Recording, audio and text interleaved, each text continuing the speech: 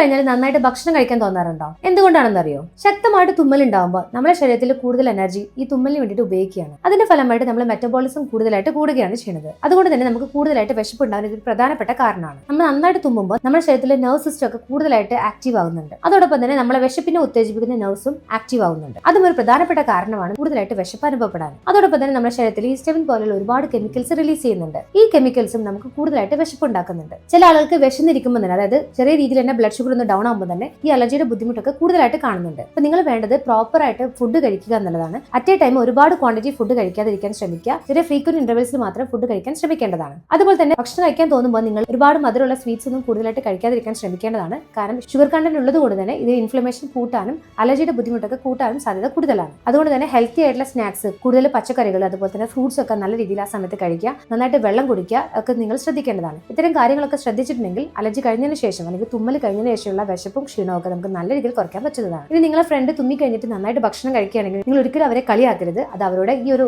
അലർജിയുടെ ഭാഗമായിട്ടുള്ള ഒരു ബുദ്ധിമുട്ട് കൊണ്ട് തന്നെയാണ് അവർ കാണിക്കുന്നത്. ആ സമയത്ത് പോലും നിങ്ങൾ അവരെ മാക്സിമം കെയർ ചെയ്യാണ് വേണ്ടത്. അലർജിയെ ബുദ്ധിമുട്ടുന്ന നിങ്ങളെ ഫ്രണ്ടിന് ഈ ഒരു വീഡിയോ നിങ്ങൾ ഇപ്പൊ തന്നെ ഷെയർ ചെയ്തോളൂ.